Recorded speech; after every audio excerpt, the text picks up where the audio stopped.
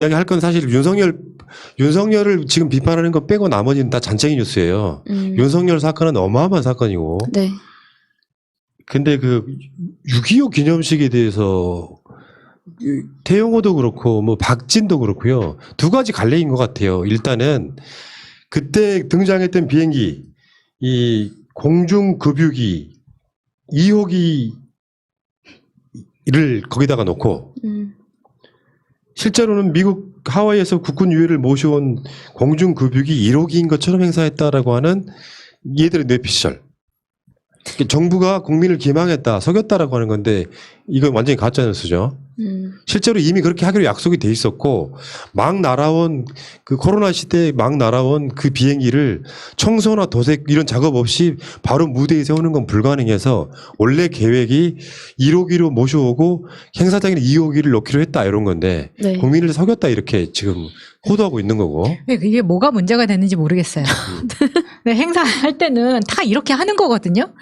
일단 이런 말을 할 수는 있지만 이걸 또 대서특필 해주는 또 같이 떠드는 언론이 가장 문제고요. 그 다음으로는 이 6.25 70주년 기념식 자체가 대박이었기 때문에 이런 반응이 나오는 겁니다. 아하. 네, 저는 진짜 우리나라에서 하는 기념식이나 이런 방송을 누가 밤 10시에 그렇게 챙겨보는 사람이 없잖아요. 근데 네.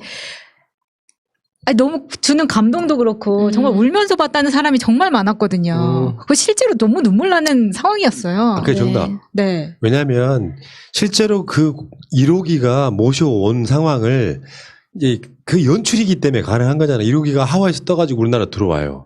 그래서 막 도착해가지고 지금 나오는 것처럼 그건 연출이에요. 네네. 근데 그게 아니었다고 생각하니까 미래통합당이나 지금 조중동 입장에서는 국민을 속인 거다. 그렇게 보였다는 거지. 그러니까 예를 들면 연기를 너무 잘한 거죠. 네. 애초에 계획되어 있는 연기가 너무 잘한 거고 연출이 잘 됐기 때문에 그런 거예요. 탁현민은 연출 전문가입니다. 원래 하는 일이 그런 거라고요. 그리고 이게 어떤 거냐면 방금 동남아 순회 공연을 마치고 돌아온 이게 정말 방금 순회 공연을 마치고 돌아와서 그렇게 이야기하는 걸까요? 아니잖아요. 잠깐 순회 공연 마치고 돌아서 쉬는 시간이 필요하죠. 근데 이걸 가지고 타트집을 잡아가지고 하는 것 자체가 아 정말 깔 게 없구나라는 생각을 다시 한번 할 수 있게 된 거죠. 정부 쪽에 공군 쪽에 반응이 더 감동적이었어요. 코로나 시대에 비행기 방역도 해야 되는데 바로 오자마자 거기는 못 온다. 그리고 그 행사가 옛날처럼 무슨 6.25나 국군에 대한 행사처럼 사람이 많이 모일 수 있는 게 아니잖아요. 그러니까 되게 참전 용사들인 분들 노인들이 쭉 앉아 계시는 건데 그것도 뛰어서 앉잖아요. 네. 거기에 코로나 관련해서 방역도 못한 비행기를 어떻게 갖고 오느냐. 나 그 마인드가 나는 훨씬 더 훌륭했다고 생각해요. 네. 그거 하나. 그리고 그날 행사에서 연주된 애국가가 북한 국가랑 똑같아서 깜짝 놀랐다고 하는 태영호의 말은 정말 주둥아리를 확 진짜. 얘는 음악에 대한 저해는 없나 봐요. 약물에 대한 저해는 있고. 아니 이게 태영호는 그렇게 말을 네 이거 어디서 들어본 부분인데 그 부분이 뭐 어디냐면 빵빠레 나오는 부분이거든요. 빵빠레는 다 그렇습니다. 다 비슷하다고. 이게 지금 작곡가의 이야기이기도 하거든요. 관악기의 빵빠레의 시작 지점은 거의 그런 패턴이 너무 많다. 그러니까 빵빠레만 듣고 빵빠레야. 이거 북한 국가랑 비슷하네. 이렇게 된 거거든요. 실제 들어보니까 달라. 느낌이 비슷한 거지. 아니 근데 빰빠라빰빰빰빰빰 이런 느낌들이 있잖아요. 네. 요거 이제 편곡이나 작곡의 나름으로는 좀 다른 방식으로 가겠지만 웅장하게 만들고 관악기가 붕 동작했고 통통통통 도동 뭐 이런 거 있잖아요. 정확히 흉내는 못 내겠는데. 네. 근데 그게 다 대부분 국가들의 이런 식의 도입을 하는 일종 이벤트죠. 이거를 북한 국가와 똑같아서 놀랐다. 사실 알고 비교해봤더니 달라. 그리고 얘는 지금 태용호는요 앞으로 나서면 안 됩니다. 네, 진짜예요. 아니, 이 사람은 자꾸 북한 관련 얘기를 할수록 자기한테 마이너스인데 저 바보같이 왜 자꾸 북한 얘기를 하는지 모르겠어요. 아니, 그러니까 얘한테는 전문성이 없어요. 내가 봤을 때 영국으로 나가서 뭐 영국 등의 해외에 돌아다니며 네. 살았던 외국인이라고 하면요. 북한으로 돌아가고 싶지 않은 사람 중에 하나일 거예요. 그렇잖아요. 네. 그러니까 그 박상학이 말하고 좀 비슷한 맥락인데 외국 더군다나 선진국 생활을 외교관으로 하다 보면 자유에 물들어 있는 애들이잖아. 그러니까 북한에 사는 것 자체가 불편할 수 있잖아요. 네. 그러니까 영원히 밖에서 그냥 살고 싶어하는 그런 애들일 가능성이 높아요. 그러니까 북한에 대한 전문성은 사실 없는. 북한이 아무리 변해도 북한 젊은이들이 핸드폰을 어떻게 갖고 있는지 스마트폰이 얼마나 보급됐는지는 잘 모르는. 그런 자일 가능성이 높은데 얘는 또 더불어서 음악에 대한 조회도 없는 거지. 최소한 이런 의혹 제기를 하려면 웅장한 음악들에 대한 기본적인 걸 다 들어보고 해야 되는데 얘는 멜로디에 대한 개념이 없는 걸 수도 있어요. 그러니까 아니 근데 이쯤 되면 여기 보좌관이나 비서관 비서 측에서라도 뭔가 좀 이게 의원님 이러시면 안 됩니다. 이런 것도 없나 봐요. 여기는 그냥 얘기하는 거 보면 그냥 그대로 근데 또 언론이 이거를 대줘서 그런지는 모르겠는데 자꾸 이런 말할수록 마이너스가 되는 이런 얘기를 왜 계속 쏟아내는지 전 진짜 의문이에요. 여기서. 태용호는 내가 봤을 때 행안위 정도 가는 게 맞아요. 김수창이라는 이름 기억하십니까? 제주지검장이었습니다. 그 김수창은 밤이면 밤마다 공원에 나가가지고 베이비 오일을 많이 쓰셨다는 분. 그런 분이 하나 계셨어요. 그걸 우리가 전문 용어로 하나 붙여드렸죠. 옹딸이라고. 못 들은 걸로 하세요. 애들은 근데 김하고. 그런데 그게 그 김수창이 지금 변호사 개업을 했는데요. 성범죄 전문 변호사예요. 이해가 돼요? 내 말의 의도가.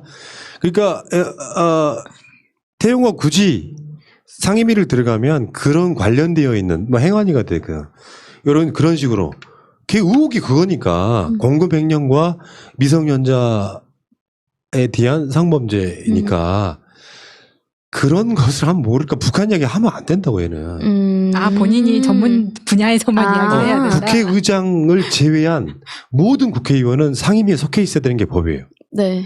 그래서 최민정 의원이 어제 그 설명을 해줬잖아요. 그러니까 국회의장이 임시로 배정한, 그러니까 강제 배정한 상임위를 사퇴를 하려고 사직서를 제출을 했어. 근데 그걸 처리를 못하는 이유가 사임이 있으면 보임이 있어야 돼. 네가 행안위에 있다가 복지로 가고 싶으면, 그러니까 어디로 간다는 것이 있어야만 자기가 바꿔줄 수 있는 거예요. 태용호는 지금 북한 관련 메시지를 내면 안 된다니까요. 어떤 곳에서 전문가가 아니라는 이야기를 웃자고 하는 이야기예요, 이게. 근데 진짜 태용호는 그러면 전문적인 면이 하나도 없는데 어디로 가야 돼요? 이런 사람을 왜 강남구에서 뽑은 거예요? 내 말이 내가 예언했잖아. 선거 전에 훨씬 전에 태용호를 공천하면 쓸데가 없어진다고. 북한 전문가가 아니라고요. 차라리 태용호가 그나마 전문성을 갖자면 성범죄 전력을 갖고 김수철처럼 활동하거나.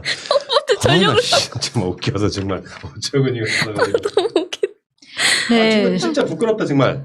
본인의 성분은 우리나라 남한 사람이 보기에는 탈북자인데 본인은 그렇게 생각하지 않는 게 가장 문제인 것 같아요.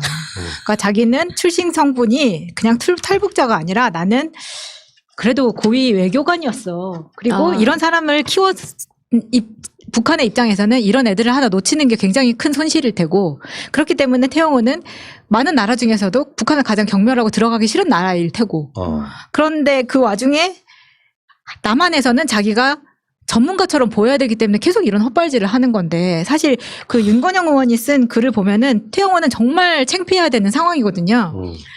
뭐 일부 언론에서도 팩트체크를 했지만 해당 전주는 차이코프스키 교향곡과 영국 국가 도입부의 느낌을 두고 KBS 교향악단이 편곡한 것이다. 본인이 영국에 살다 왔는데 영국 국가 도입부의 느낌은 느끼지 못하고 북한 국가에 대한 느낌만 느꼈다는 거 아닙니까?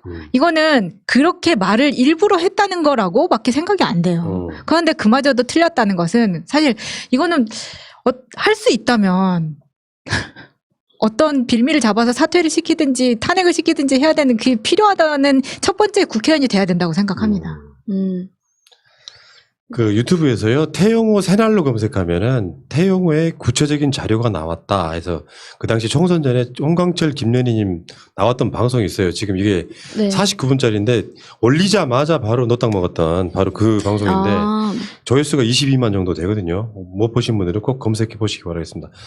태용호 새날 검색하면은 단독 태용호의 구체적인 자료가 나왔다 이런 건데 이런 전문성 갖고 있는 놈이 대한민국이 뭐 어쩌고저쩌고 뭐 무슨 북한 아니 그러니까 이거는 정답이 바로 답이 나오는 거잖아요. 네. 김정은 위원장이 죽었는지 살았는지는 나타나 버리면 확인되는 거잖아요. 지금까지 안 나타났으면 태용호의 말이 맞았을 수 있는 것이고 북한 국가랑 똑같아서라 그랬어. 너무 똑같아서 놀랐다 이렇게 표현했잖아요. 네. 실제로 비교를 해보라고요. 콩나물 대가리 하나도 모르는 자가 무슨. 그러니까 이 사람은 아무 말 해도 면책특권이라는 걸 가질 수 있는 남한의 국회의원 직위를 마음껏 누리고 있는 겁니다. 예. 그 이야기 여기까지.